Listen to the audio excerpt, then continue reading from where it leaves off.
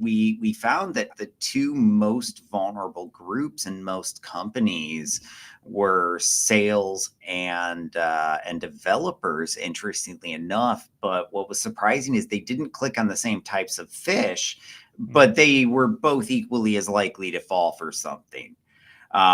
What's your experience been? Have you noticed that certain departments are more likely to click on fish than maybe others? Yeah, I mean, I think it's pretty common that, on the sales side of the house, that's a pretty new customers, new things coming down, right? So it's kind of like, what do we expect, right? Do we really? And oftentimes, it's not even like it's not the obvious stuff they're clicking on; it's the less obvious stuff. And It is. I can't always blame them when they get a very legit looking Microsoft notification that says you need to do X, Y, or Z. They're not technologists, right? They don't live in this day in and day out, and I do. And why should I expect them to know, like, oh, this is slightly different than what I should expect, or and so I should definitely, be suspicious of this. And it's kind of, it's kind of unfair, Yeah. to a certain extent, right? Well, So we drink our own Kool-Aid, obviously. So our customer success manager, she comes in and she says, "You're never going to get me."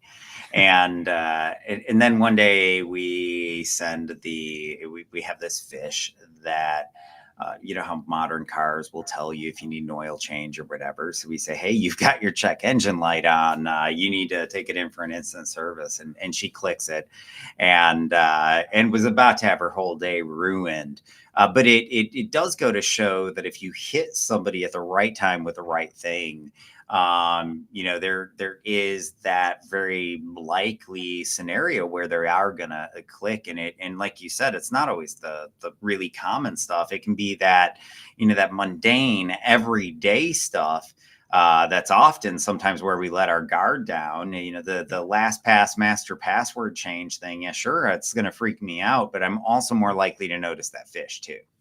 yeah, yeah, absolutely. Yeah, I think the one I've always seen is the most common is it's the alert around the Christmas time, right? About, hey, your package is going to be late, or this has got delayed, or whatever else, right?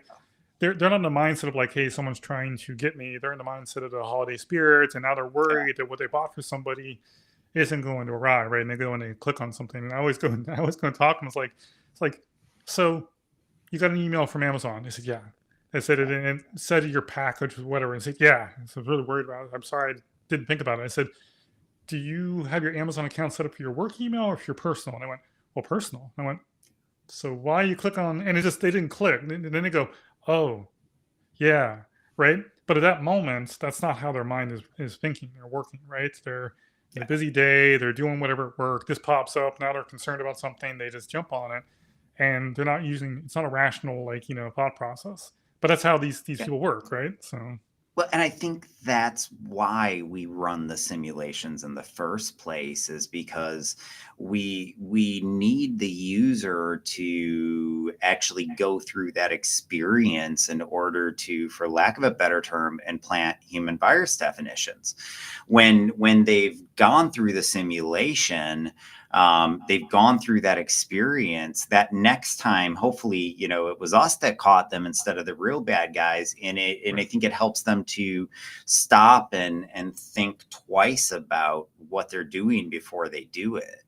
Yeah, absolutely. Absolutely. And you're absolutely right. Our job also is to make sure when we know these things are going to happen more often, right? Holiday times again, very common, is to communicate to them like, hey, just as a Yeah. reminder, like, be more careful than you normally are. Really think about this stuff before you click on it, right? And Hmm. one of the things I've done in the past also is provided them like with like one pagers or whatever you want to call it that kind of breaks it down to very simple steps. And I say, look, like, this isn't just for you here at work. Share with your friends, your family. Like, we want everyone to be safe over the holidays. Nobody wants to have their bank account hacked or things Yeah. stolen because they clicked on something they shouldn't have, you know. And so we want to make sure that is shared. And I think that's also the other way you get across to people is like when you show that this has an impact, not just the company, like you're not just protecting us, but you're actually protecting your family and your Yeah. friends as well. Then it starts to mean more, right? Well, I agree. It's, tell your grandma that when she gets that text message that says her Timu shipment was canceled, to, that is not legit. Do not click on that link. Do not put those in. But I talk to people every day, and even those of us in this industry that are aware and educate our parents. Every last one of us gets calls from our parents on a regular basis. And they've had these issues where they fell for that Temu scam, or they have malware on their computer, and for whatever reason we can hear it telling them they have malware on their computer through the telephone.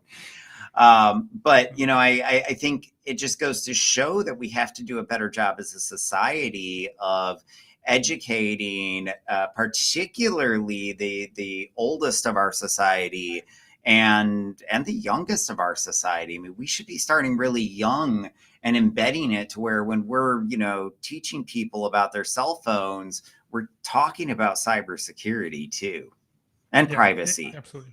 No, you're absolutely right. We don't do that enough. We give someone this very powerful device with very little actual training and understanding of what it can actually do and the impact it can have in your life if you don't manage it properly, right? If when you're teaching someone how to drive, one of the things you go over is like safety, like, okay, this is why you buckle up, this is why you gotta be careful, and the damage can cause and things like that, right? But we don't do that for something that fits in the palm of our hand.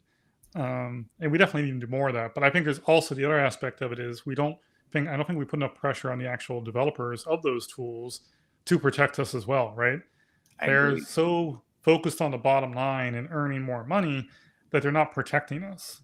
And there's definitely things they can do, like turning security on by default and other things to protect us that just isn't happening. So I think it has to come from both ways. We have a personal responsibility, but I think we need to expect more from the actual vendors as well. Yeah, no, I had this incident with my own development team not too long ago, where I get this call from our security architect, and he's like, "Why on earth would you tell them that it's okay to do this?" And I'm like, "What are you talking about? I would never allow them to do this." And so I go to them and I'm like, "Why are you, pushing them to do this, saying that I told you to?" And they're like, "Well, you gave us this deadline. You said it had to get done by this date. This is how we're getting it done." And in that moment, I guess I became the part of the problem. But I think it does happen because we do. I mean, technology, any tech company, you have to move at the speed of tech. I mean, that was fast back in 2018. But it's just accelerated so much more than it ever was before in 2023, and even more so in 2024, with AI just really changing everything. Yeah, absolutely. Absolutely. Yeah. So around AI, let's start by talking about the threat of it. Um, what parts of the AI threat do you find yourself most focused on? I think the thing that I guess gets me the most concerned is kind of twofold. One is the ease of which these new attacks can be done, and now you're getting past the whole like the obvious flaws that would have been found in the attacks are now going away, right? The language barrier is gone, right? The Yeah. flow of the email is cleaner and better.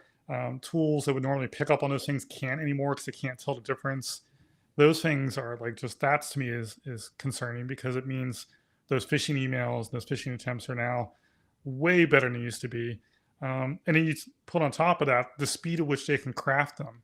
So that spear phishing now becomes so much easier than it was before, right? Yeah. Before they would have to take so much time to like do some research, figure out what you want to do, craft this thing, send it off, hope it works, right? That could take a lot of time. Now it's so fast and so much easier for them to kind of send stuff out. And if something doesn't work, well, let's just iterate on it, almost like development, like just continually improving their process at a much faster clip, Yeah. which is super concerning for sure. What and it literally flipped the advice that we give people upside down. It went from typos are a sign that it's malicious to typos are a sign that it's a human. Uh, it's sort of like, when we were kids, we were taught never get in the car with a stranger. And then, Uber app is invented. And now that's all we do is we jump in cars with strangers. But that's how much AI has changed phishing, because Yep. it truly is now where the typos actually make it a little bit more credible, if you will. Sure. Yeah. So are you Yeah. seeing many of those types of attacks, either targeting your clients or your organization specifically? I mean, I'm definitely hearing about them more, right, than I was before, right? Everyone always heard Yeah, about phishing before, but these new ones, I think everyone's had stories of like events they've had or things they've seen. They were like, look, this one was pretty scary. Like we were like literally one click away from having, really dire consequences. And that's yeah. the thing that concerns me the most is most of the time the prevention was like just someone kind of going, just had a Mhm. little gut feeling about something and they kind of paused or some little thing happened, right? It wasn't because there was some tool that identified it or some fancy gizmo that did something to prevent it. It was more or less like a gut kind of like this doesn't sit well, so I'm going to stop here and look, and then something occurs. And you hear the same thing from people who are doing deep fakes, Yeah. the cloning the voices and all that stuff. The ones that One of our like don't work. customers got hit by a deep fake the other day. Like it's not just that crazy thing in the news anymore. It's No, happening to our customers now. it is absolutely happening. I heard of one where, the person was on a call, they were doing this whole deal, and it was all going well. And the only reason he stopped it was because all of a sudden the person he was talking to, the green screen went away and he saw who he was really talking to.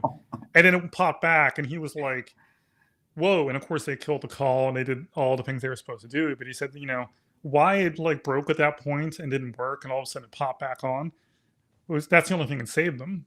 Like, and it was just a malfunction in the technology. But those are going to happen less and less as this technology gets better and better, right? So those Yeah. things are just, those to me is that's what's kind of terrifying. This idea that someone could literally take like my image and likeness now, my voice, and Hmm. then use this to then go and do something. Yeah, there's a And red team framework now that makes it incredibly easy where, at least before it was fairly technical and fairly complicated to get these things working. But in typical hacker style, we're like, no, that's too difficult. Let me start an open source Git project so that we can make this easier to use these tools. yep, Not sure what I yep, think about that. That's my community though, so I shouldn't be yeah, yeah, surprised. yep, But no, yep, no doubt. I definitely am seeing more and more of that. Now, you said something I found interesting earlier. You said that you're hearing from a lot more people that it was really close. It was one click, one person away from maybe it being successful. And I'm hearing a lot more of that too. And even inside of cybersecurity companies where, there's some really complex attacks that, yes, it gets to us. Yes, it doesn't go through. But by the time it makes it to your or my desk, we're like, holy crap, I'm surprised they didn't fall for that. Yep, And a lot of times when I'm seeing it, it is contextual. It tends to target our finance team, but it understands the organizational hierarchy, what my role is in the company, what their role is, and what type sure, of even products would actually be bought. And they tend to do that sort of invoice fraud or fake invoice attack. That's the one that I've seen the most of that tends to be scaring people. Is yeah. that what you're seeing? That's that leads to some of those conversations. Yeah, absolutely. I think there's definitely a lot of correlation there for sure. And you're right. They're definitely targeting specific departments and they can do it though because there's so much information on out there about the company and the structure There and is. who you work for and all that stuff is so readily available and that tied in with all the breaches that have happened on top of that. Like it's just easy for them to go and source all that information and then use that then to create a really crafted, very targeted attack without again a lot of effort on their part, Yeah. which is the hardest part, right? We've made it so much easier on them because we've had so many breaches. It's like let me Mhm. just keep giving you information, right? And just make your life easier, hacker. You're gonna be just you didn't have enough yet. Let me give you a breach of LinkedIn. Oh, that wasn't enough. Well, let me give you a breach of this one as well, right? So The breach I'm waiting on. Okay, so the second we start thinking about buying a product these days, they can read our brain, and we get ads about that. And I joke, they can't really read our minds. But I bring that up because I'm waiting on that database to get breached where it knows my interests. And I'll tell you, man, Facebook has some very targeted ads. Like they know that I'm the founder of a company. They know Right. what type of company. They know what types of projects I'm working on while I'm working on them. Like it's so, I mean, micro targeting. Yep. And they know my personal interests because that too they get right. And so what happens when these enterprise databases fall into the wrong hands, and Right. now all of a sudden I know you're an avid football star, I know that your team is the Ravens, let's say, and now I send you that timely fish at the right time, and it's pertinent to you and your interests. Like what Yep. happens then? Yeah. No, and you're absolutely. I think it's not an if, it's a when, right? It's gonna. I mean, I I think agree. we've seen that, right? It's Yeah, at this point in time and the way things are transpiring, it's going to happen. The question is going to be what's going to be the impact, right? yeah, And yeah. and when are we, I think, in the U.S. going to really wake up and realize that our privacy laws are horrible, and They we're not are. protecting ourselves at all, and we're giving up all this information so easily for some free, whatever, right? It's like, Yeah. oh, you're going to give me something free here. You can have all my information. It's like, Here, you just can have you thanks. spy on me. I don't care. I just want Right. it free. Yep. Yep. Yeah. Uh, And I remember I just had that conversation with my son the other night. I was talking, I was like, look, when you're looking at these apps online for your phone and stuff, like you really got to think about what you're actually allowing this app to have access on your phone. Like what can it do? What does it say it can do? Like free isn't always better. Like free can well, be scary. and nothing is free. You're Right. paying whether you pay with money or your privacy or your Absolutely. data, or your time. You're paying with something, and at the end of the day, you got to remember we're a very capitalistic society, which means nothing is free. They Absolutely. get something of value out of everything that they do, or they wouldn't do it. Yep. And I think that's a critical element that maybe people aren't as aware of as they should be. And I think so many people are like, well, we don't want to be paranoid, but it's not paranoia if it's just simply accepting the reality that they are, they have to get value there. Their shareholders, their investors don't give them money for nothing. You Right. have to have value out of everything. Yeah. No, and you're absolutely right. And you're right. It's even myself now, like I've always been a little cautious about being online and stuff like that anyways. But even now I'm kind of going to the point like, maybe I just need to go dark at this point. Do I just need to like kill all of it? And just I'm trying not to let that that paranoia seep in, but it's hard not to sometimes when you realize what's possible, what's capable when they have that level of information on you, right? Yeah. So Meanwhile, I'm going the opposite direction as I literally live stream. So, but I had this interesting wake up call, or I don't know, experience. So I went up to Canada, to Toronto, and I met with, I went to the CBC, or Canadian Broadcast Company, their corporate headquarters, and I was on their version of 60 Minutes. And what was the name of the show? I forget the name of the show right now, but they were doing one specifically about SIM swapping, Mhm. and this attack that had happened to somebody. They lost a ton of cryptocurrency because they had their wallet stolen as a result of SIM swapping. And the SIM swapping attack happened as a result of the customer service chat being relatively insecure. Well, all of this, as a result of all of this, they want me to test the customer service chat, and to test the customer service numbers. And so ahead of time, they say, well, you can pretend to be these three people. And I start digging into them, and they're all Canadians, and I can't find anything on them. And I'm like, wait a second, this is so easy with the Americans. I mean, there's so much data out there. And I Yeah. go in barely knowing anything because their data privacy laws protected them as a people. Yep. Yet, in the US, that exact same thing. And I've got so much information. I know everything about you, and people really don't realize how much they give. They're like, well, I never posted my birth date online. Yes, you did. Your friends. I mean, if nothing else, you've got that old classmate from high school Right. that posted on your timeline publicly on Facebook that said, "Happy birthday." Right. That all turns into real valuable and tangible data that can be used against you. Yeah, absolutely. And it's funny you mentioned that. There was this viral video going around at one point about this guy who he would uh he would take a little clip of someone of an image someone sent him, and he Yeah. would then use that to then identify where they were in the world. I think I've seen that. Yeah, The guy, and Jose or something. yeah, it's absolutely amazing, but also again just creepy, right? You're kind of going, that is Mhm. insane that he can take that little bit of information and extrapolate that out into like, oh, let me take this bit. Oh, you have an accent. You live. I see this in the distance, and you have this going on. Like, and quickly too. Again, like Yeah. not a lot of effort really for him to do that. And it's just those kind of things. I think we just don't think about when we post photos and we post information on stuff and we do what we do. And not just us, but you're right. Even people who know us, who are we work, Yeah. our family members are doing it, our friends are doing it, right? So you can't even control what's happening half the time.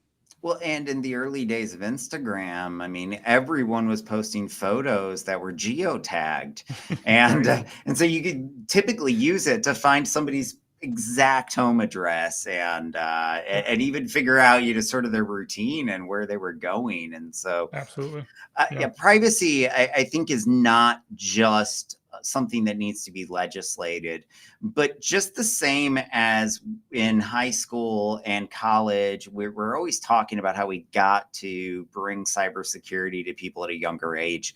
We've got to be talking privacy too, because I feel like that's the element that when we're talking about educating the youngins, we're forgetting about privacy. And I think that that's such an equally important Yeah. part, because I mean, ship sailed for us, but maybe this next generation can have some sort of chance of having some privacy. No, you're absolutely. It's almost like we're doing proactive security for our kids, right? Which is we're trying to proactively protect them by informing them at an early age of how they need to protect themselves, right? And you're right. We got to Yeah, start yeah, young, right? We got to start young with like, look, this is what happened. This is what it means, and progressively go through that. And you're right.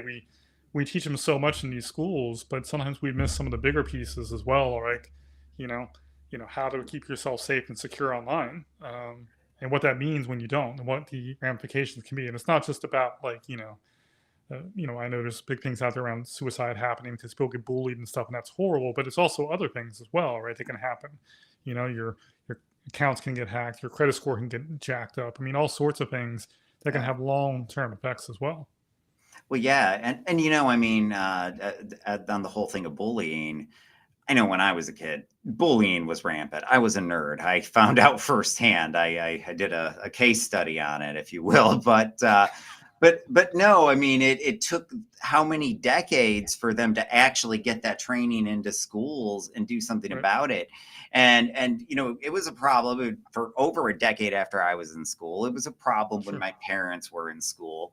And so I think that often we're not keeping up. And when you've got something that's changing as fast as AI, if we can't keep up on the bullying front for education, how do our teachers stay up in front of things when it comes to like these more complex topics there?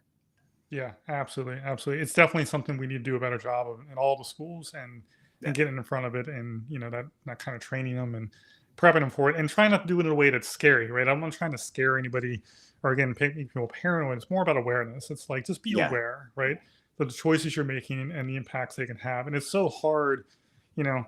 I mean, I make bad choices now as an adult, right? I definitely made horrible choices as a kid because I couldn't think that far in the future, yeah, and we're asking them to basically do it. We're asking to say, look, think about this photo before you post it because it could have ramifications in your job 10 years from now. They're kind of going, what are yeah. you talking about? They can't comprehend that, We've right? got some great examples though, with like, candidates for, president or vice president getting their public Zell, like their Zell history exposed because they forgot about privacy things. So, Right. at least in today's day and age, there's some pretty entertaining stuff on the news every day that you can point to and be like, don't be that person. Um, Absolutely. Absolutely. but okay, so you mentioned something else, and you talked about making it friendly, or I forget your exact words, but I always like to bring up the topic of carrot versus stick. You know, I feel like there's a very stick heavy mentality in this industry. And so I like to get everyone's opinion. You know, what's your thought? Carrot or stick? I know it's not really that binary, but let's make it binary for today. Carrot or stick, and why? For me, it's carrot. I think it has to I be. like that. Because the reality of it is you need the person you're trying to work with to want to work with you, right? It's just, it's like anything in life, right? If I have a dog, I'm trying to train it, and my way of training is every time it does something bad to whack it. Well, it's gonna learn, but it's also gonna just like flinch every time you come by, and it's not gonna want to be with you or hang out with you or anything else, right? And I think Yeah. employees aren't really that different, right? If you're constantly like whacking them over the head because they made a innocent mistake that any of us can make, as we've talked about, like they're never going to want do it proactively, right? Yeah. And they're never going to share with you when they see something or hear something. They're just going to avoid, avoid, avoid. They're going to be like, well, I don't want to bring that up because what if he yells at me, right? Yeah. So I think And it's and that means really that important, dog who might also be on the sales team could be scared of checking their email. right? And then it also could have even longer term effects in the sense of that you do it enough to the wrong employee and they become an insider threat. He says, well, fine. Like, you're going to always yell at me. I was going to give me a hard time. Well, I know stuff you don't know, or I know how to get onto the system. You can't stop me. And I'm going to grab this information and post it or sell it or run or whatever. I'm going to ruin you. And that's a Yeah, lot of times how insider threats happen, right? It's usually it's a bad response by the company to an issue that causes that it to is. occur, right? So to me, like you're right, it's not binary, right? It can't be. But I'm always going to lean more towards the carrot than I am the stick. Because I think it's just a better approach. And how you get people on your team to then want to work with you and support you and then be part of your, champion of the security program to help other people and bring it along. So I agree. I think it's so critical that we lean toward the carrot over the stick, and it's taught to us since we're really young. Like, you catch more flies with honey than with vinegar. I don't know if your grandma ever told you that, or your mom, but mine certainly did. And it's true as we get older and move into these other domains. Now, you'd mentioned how it can create an insider threat where it makes people mad, but there's this other behavioral science principle that I've studied quite extensively, and I see it happen in heavily punitive environments constantly, and it's called learned helplessness. What happens is that you can take somebody who's really good at detecting something and convince them that they're really bad at detecting. And so if I trick them too many times without good education to follow up, this person that goes, man, I'm really good at detecting these threats, man, they're never going to get me, Right. all of a sudden is like, well, maybe I'm not. And when they accept that, they all of a sudden start clicking on more real fish in the real world too.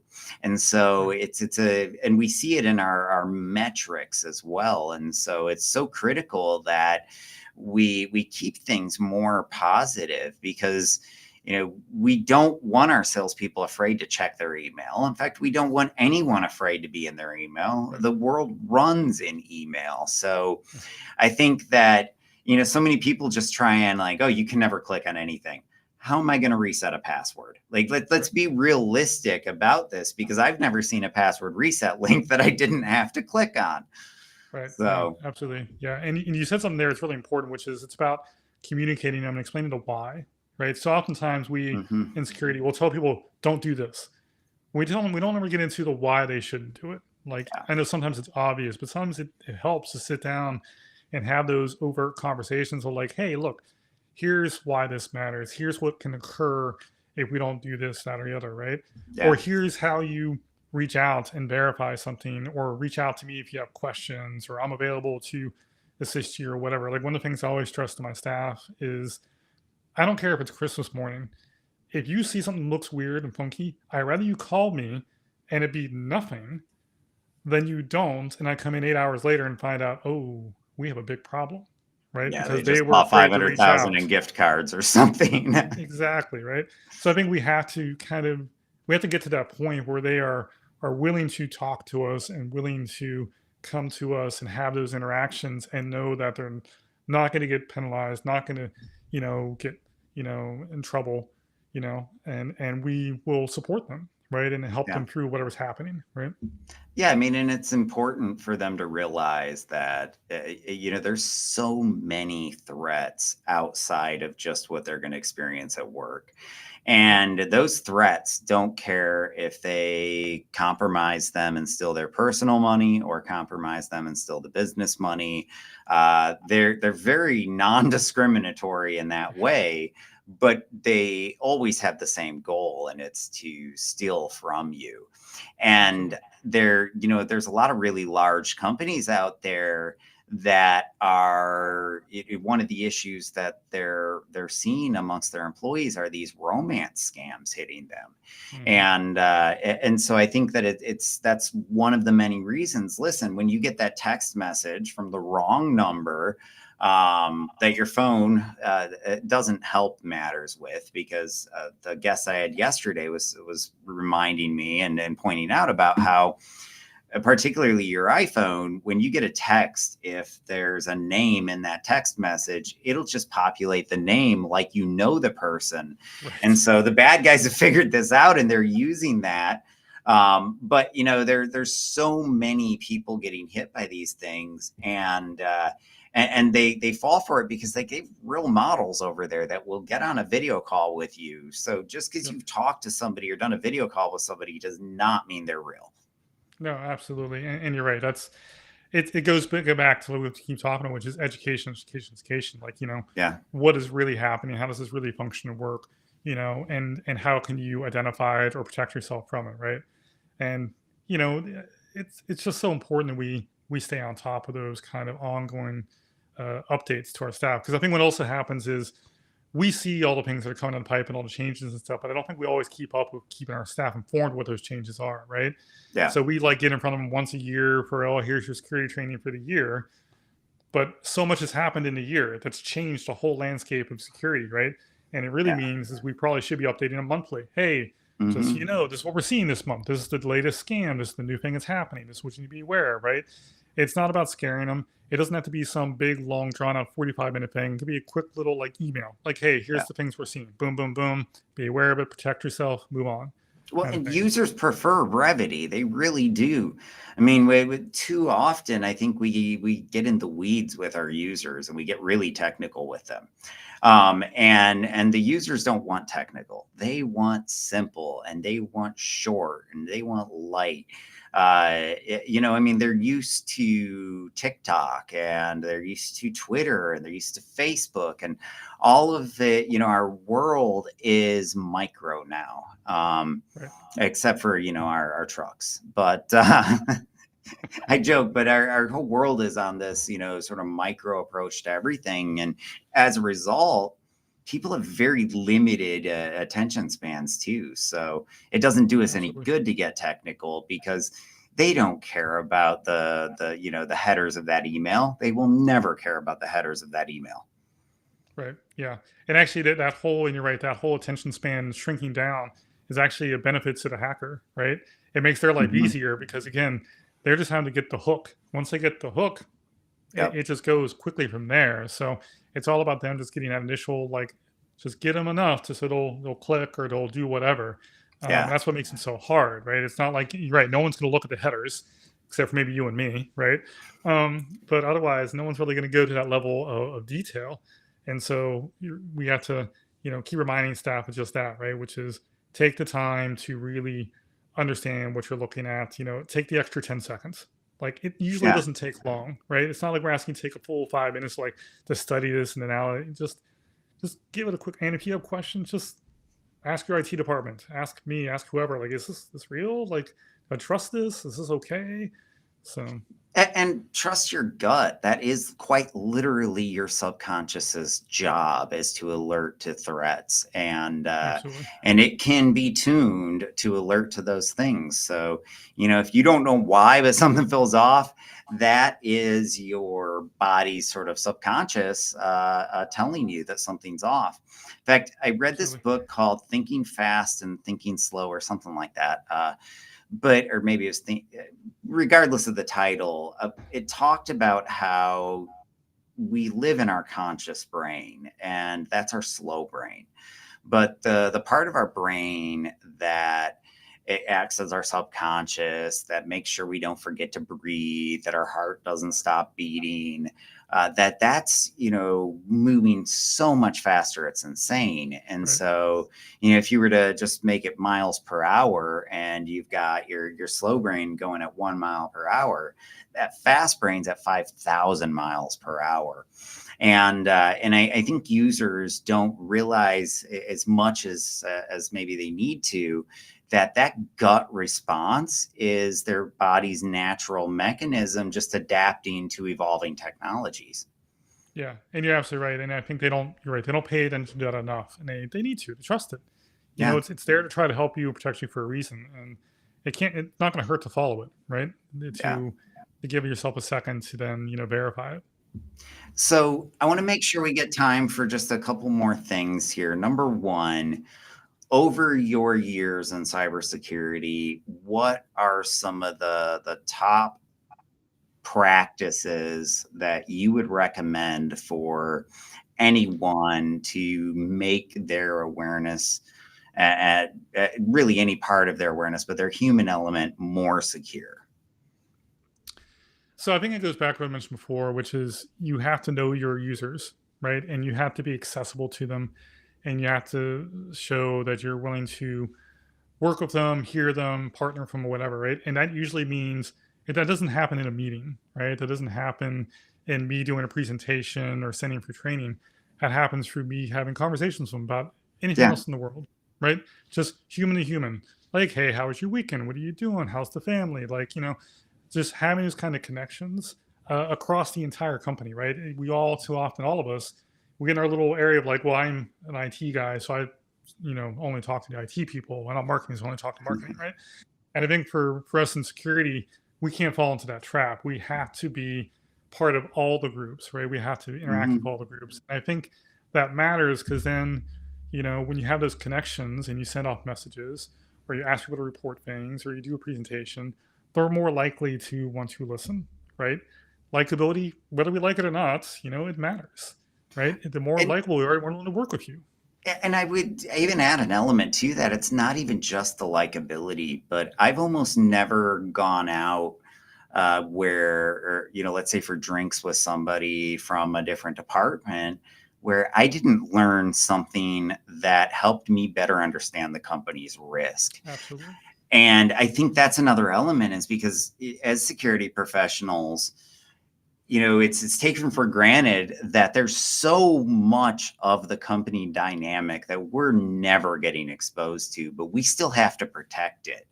And Absolutely. so building those bridges helps us to identify those threats in those questions that we need to be asking that we don't even know to ask yet. Yeah, absolutely. And you're right. This is not in any, you're never going to read this in a security book. You're never going to go Mhm. to, the CISSP is not going to cover this at all, right? But this Right. idea that like having those relationships, and you're right, you get insights you wouldn't have gotten before. You're sitting down Mhm. having a beer with someone in a department, and you're most always talking about work in some way, shape, or form, right? Usually someone's Exactly. complaining about something, right? Like, oh, we were Yep. dealing with this. And 100%. then the stuff you pick up, you're like, wait, what are you guys doing again? Really? Why? And you just kind of, start to pull the thread a little bit, start getting more information. And it's really fascinating what you can learn that then you can then take, okay, well, we need to address that issue, right? We need to close that door, right? Kind of thing. Yeah, But if you that's do, like I generally said, it when really those helps. calls happen at 7 o'clock at night after you've had one or two, and you're like, "Ooh, we got to fix this now." Yeah, yeah. So, but definitely it's an aspect like it doesn't happen naturally. You have to you have to proactively do that kind of stuff. You have to proactively have those conversations and stuff and make those connections because they will pay dividends down the road more so than most security programs will. Yeah. Well, and I think that's just another argument around diversity is that we're hiring so many introverted types in this industry, and I mean I love it because when I go to DEF CON, there's so many people just like me. But that's a concern too, that there's so many people just like me. And it's that diversity that helps us get into all these different departments and brings those extroverts into a predominantly introverted field too. Yeah, yeah, absolutely. It's funny. We hired someone recently, and he obviously, compared to most of the people on my team, is very extroverted. Yeah. And so within the first week, he's like out there talking to people, meeting people, and his manager's like, "This is great. I'm talking to people I've never talked to before because you're bringing them in, right?" So Yeah. you're right. Having different viewpoints in the world, having different cultures, having different personalities, all those things together really help to drive these things forward. They're so necessary, and we overlook that so much. Yeah, 100%. Okay, so before we wrap up, I like to end every podcast with pet peeves. And you've been in security long enough. You must have developed a pet peeve or two. So tell me, what are they? This is the juicy part. um, so one of my pet peeves is I hate the assumption that if you're in security, that you will automatically be going to DEF CON or Black Hat or you are a hacker at some point, right? Um, I think that paints us into very much a corner that we're all, this personality type or this type of person, and we're not, right? Yeah. And to be honest, I've never gone to any of those, and I'm still a CISO and I'm still good at my job, and those things don't really matter, right? You want to go enjoy them, have fun, right? But I think this expectation that that matters, I think is just kind of silly. We got to move past that. I don't disagree. And honestly, they've gotten so large and there's so many what I call tourists that go to them. It's great. Hey, you want to, play hacker for a weekend. That's cool. But you get a lot of people like that aren't in the industry, and so it's impossible to get into those rooms. And I know most of the people that have been going forever, they barely touch the conference anymore. They go there mostly to see their friends because it has gotten so crowded. That's what I've heard.